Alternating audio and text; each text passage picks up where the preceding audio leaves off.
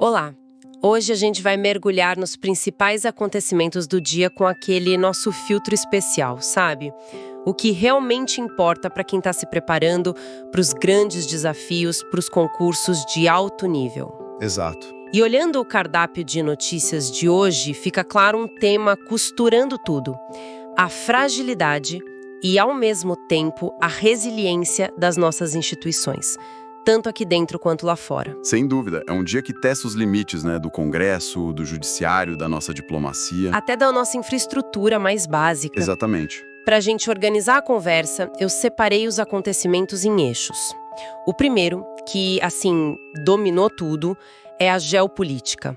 A reviravolta no caso das sanções da Lei Magnitsky contra o ministro Alexandre de Moraes. É uma história cheia de camadas. E que camadas? Depois, a gente olha para dentro. Economia e sociedade. Tem uma mudança que pode impactar a vida de milhões de trabalhadores. O fim da escala 6x1. Isso. E uma briga de gigantes no STF com o marco temporal voltando à pauta. Exato. No terceiro eixo, vamos usar uma crise bem concreta, o caos em São Paulo depois do ciclone, como um estudo de caso sobre meio ambiente e infraestrutura, e a responsabilidade do Estado. Perfeito. E por fim, a gente fecha com justiça, analisando a decisão que confirmou a perda de mandato da deputada Carla Zambelli. É mais um capítulo nessa relação complexa entre os poderes. É um dia para entender como as engrenagens do poder, como elas realmente funcionam. Ótimo. Então vamos começar pelo prato principal do dia, que pegou todo mundo de surpresa, né? O governo Trump, lá nos Estados Unidos, retirou o ministro Alexandre de Moraes e a esposa da lista de sancionados pela Lei Magnitsky. A reação aqui foi um terremoto político. Foi um terremoto mesmo. Cada lado gritando uma coisa. De um lado, o presidente Lula veio ao público comemorar, chamando de vitória da democracia brasileira. E até de presente do Trump, eu ouvi. Isso até de um presente. O ministro Moraes também se pronunciou, agradeceu o empenho do governo e disse que a verdade prevaleceu. Enquadrando como uma vitória da soberania nacional. Exatamente. E do outro lado do espectro, a base bolsonarista sentiu o golpe. As palavras usadas foram traição, decepção. Foi pesado. O Eduardo Bolsonaro disse que recebeu a notícia com pesar. E o Flávio Bolsonaro tentou uma ginástica retórica, Dizendo que era um gesto gigantesco pela anistia. Ninguém parece ter entendido muito bem o que aconteceu. E é aí que a gente precisa ir além da manchete. A chave para entender não é o que aconteceu, mas por que aconteceu. O porquê, claro. A aprovação pela Câmara dos Deputados do PL da dosimetria. Ah, então citaram o PL. Sim, como um passo na direção certa. A conexão é direta. Nossa, então a conexão é explícita, não é especulação de analista, é a justificativa oficial. Mas espera aí, vamos com calma. Primeiro, o que exatamente é essa Lei Magnitsky? Para quem não está familiarizado, o que significa estar nessa lista? Atenção aqui porque esse conceito é cara de prova de direito internacional e geopolítica. A Lei Magnitsky é, uma ferramenta poderosíssima da política externa americana. Certo. Ela permite que os Estados Unidos imponham sanções unilaterais a indivíduos estrangeiros acusados de duas coisas: ou graves violações de direitos humanos ou grande corrupção. E as punições? São severas. Congelamento de todos os ativos que a pessoa tenha nos Estados Unidos e a proibição de visto, ou seja, a pessoa não pode entrar no país. É um isolamento financeiro e pessoal muito forte. Entendido. Então agora vamos para outra ponta dessa conexão. O tal PL da dosimetria. O que tem nesse projeto de lei que foi tão importante a ponto de motivar uma decisão de política externa americana? Bom, esse projeto mexe em como as penas são calculadas no Brasil. E na prática, segundo muitos especialistas e o próprio vice-presidente Alckmin, que foi um crítico duro da proposta... Sim, eu lembro das críticas dele. As novas regras podem acabar beneficiando não só presos comuns, mas também os condenados pelos atos de 8 de janeiro. A leitura de muitos juristas é que o PL abre uma brecha para uma espécie de anistia disfarçada, sabe? Reduzindo penas, facilitando a progressão de regime. Então, o que a gente tem aqui é um quebra-cabeça fascinante. O Congresso brasileiro aprova um projeto que, na prática, alivia a situação jurídica de aliados do ex-presidente. Exato. E, em troca, o governo americano, agora, sob o comando de um aliado internacional, desses mesmos grupos, remove uma sanção pesadíssima contra uma figura central do judiciário brasileiro. Isso. É real política na veia. O jogo político cru e pragmático. Totalmente. É exatamente isso.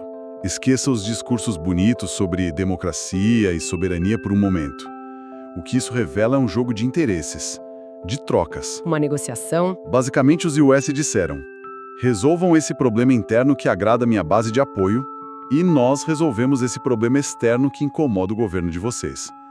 A diplomacia nesse nível funciona na base da troca de concessões. E essa foi bem explícita. Uma das mais explícitas que vimos nos últimos tempos. Mostra como uma decisão legislativa interna, soberana, pode ser, na prática, uma moeda de troca no cenário internacional. E a reação do Itamaraty e nosso Ministério das Relações Exteriores foi de alívio, né? Falaram em normalização das relações. Sim, o que é um eufemismo diplomático para dizer que essa sanção era uma pedra no sapato gigantesca nas relações Brasil e UA. Imagino. E vale notar que essa tensão de Washington com a América do Sul está em alta.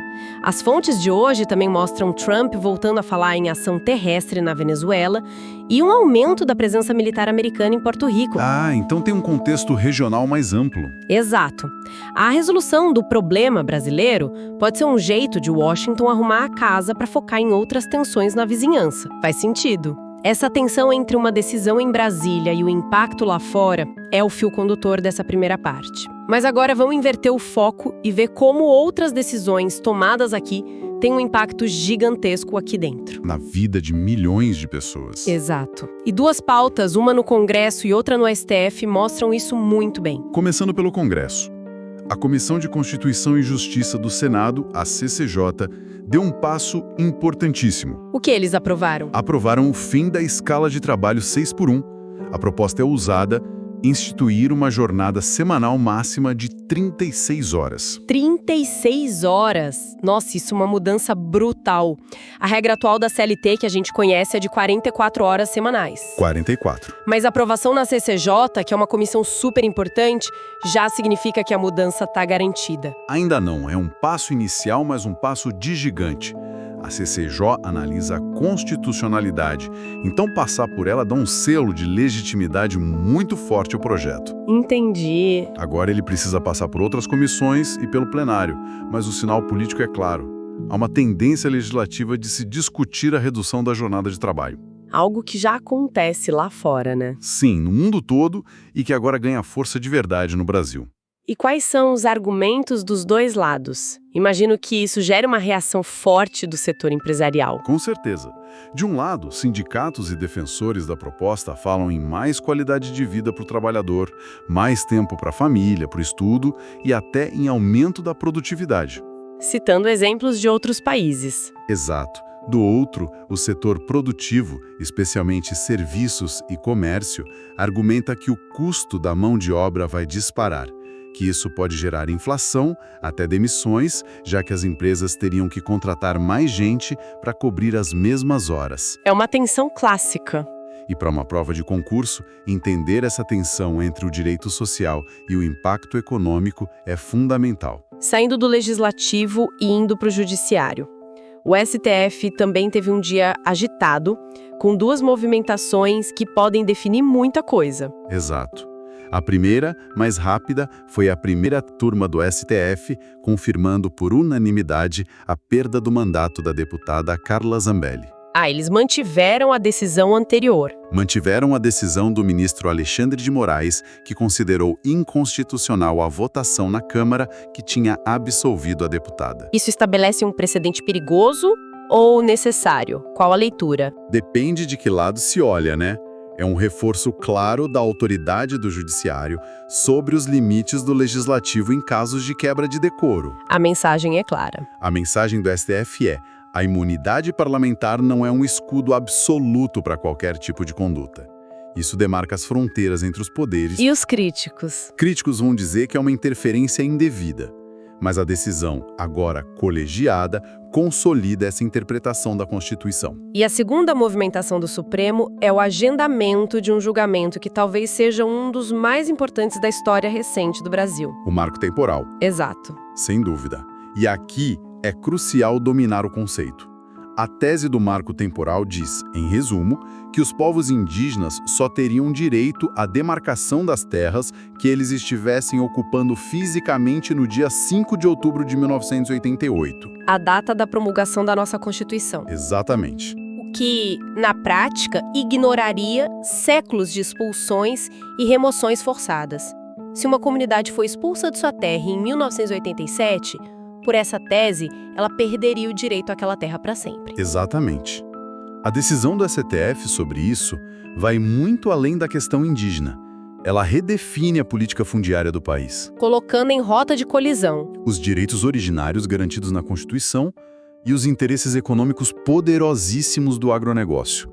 As consequências sociais, econômicas, ambientais de qualquer decisão aqui serão gigantescas e duradouras. É o tipo de julgamento que muda o rumo da história. Sem dúvida. E falando em consequências, vamos sair do plano abstrato das leis e ir para o impacto mais concreto e dramático possível.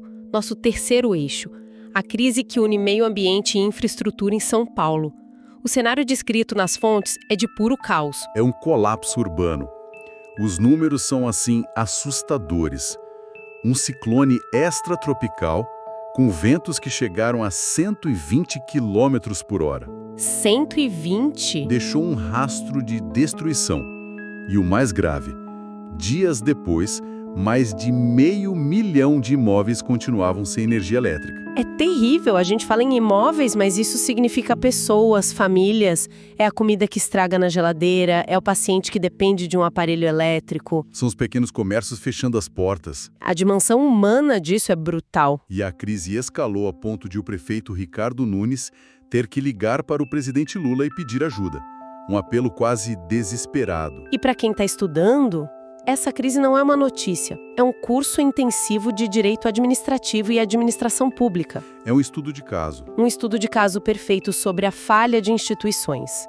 O primeiro ponto de análise é o modelo de concessão de serviço público. A Enel, empresa privada que distribui a energia, está no centro de tudo. Exatamente.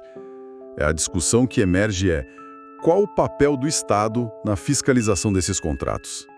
A agência reguladora funcionou? A empresa estava preparada? E a justiça teve que intervir. A justiça precisou intervir, determinando o restabelecimento da energia sob pena de multa milionária.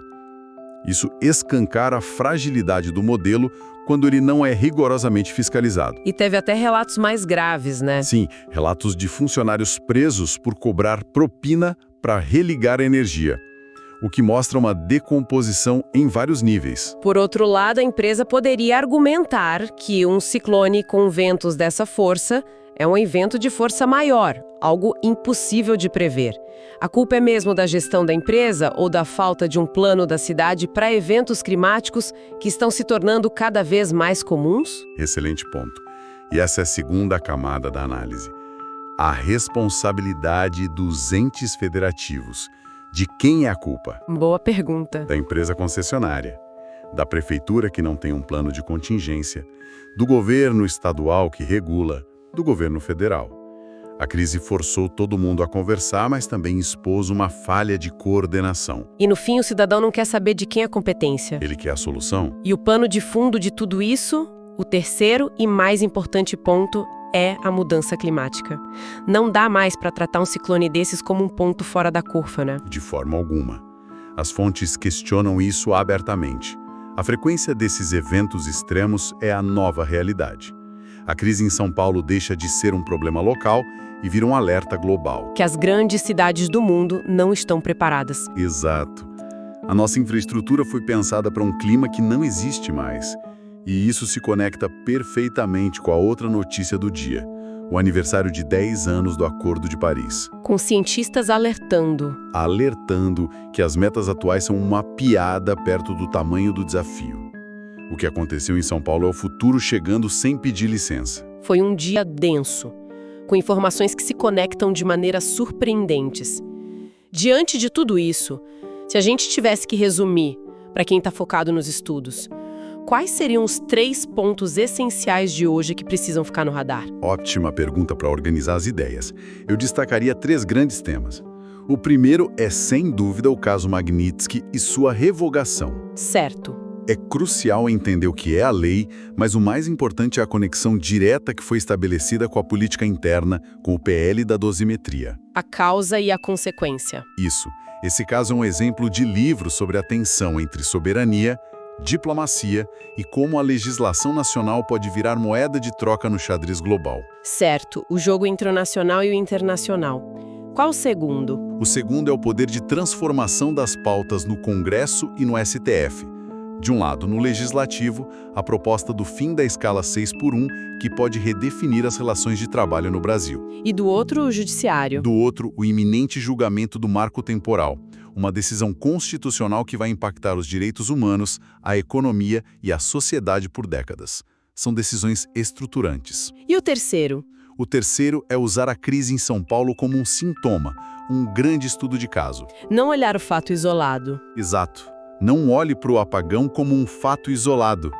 Analise-o como um evento que encapsula múltiplos temas de concurso.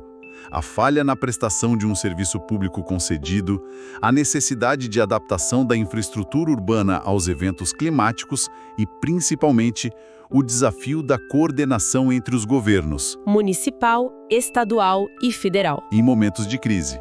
Excelente. Magnitsky como geopolítica aplicada às pautas estruturantes internas e à crise climática como um teste de estresse para o Estado. Anotado. Exato. Antes de fecharmos, queria deixar uma provocação final, que amarra tudo o que a gente conversou hoje. Manda. A gente viu uma votação em Brasília ser usada como justificativa para uma decisão em Washington, que por sua vez reconfigura a política aqui. Vimos um evento climático extremo em São Paulo expor a fragilidade de um contrato e forçar a cooperação entre poderes que mal conversam. Pontos que pareciam desconectados. E a questão que fica é, em um mundo onde o global e o local estão tão entrelaçados, as nossas instituições parecem estar sempre reagindo, sempre correndo atrás do prejuízo. A reflexão é, o que precisa mudar na estrutura do Estado brasileiro para que ele passe de reativo para proativo, capaz de antecipar crises em vez de apenas gerenciá-las?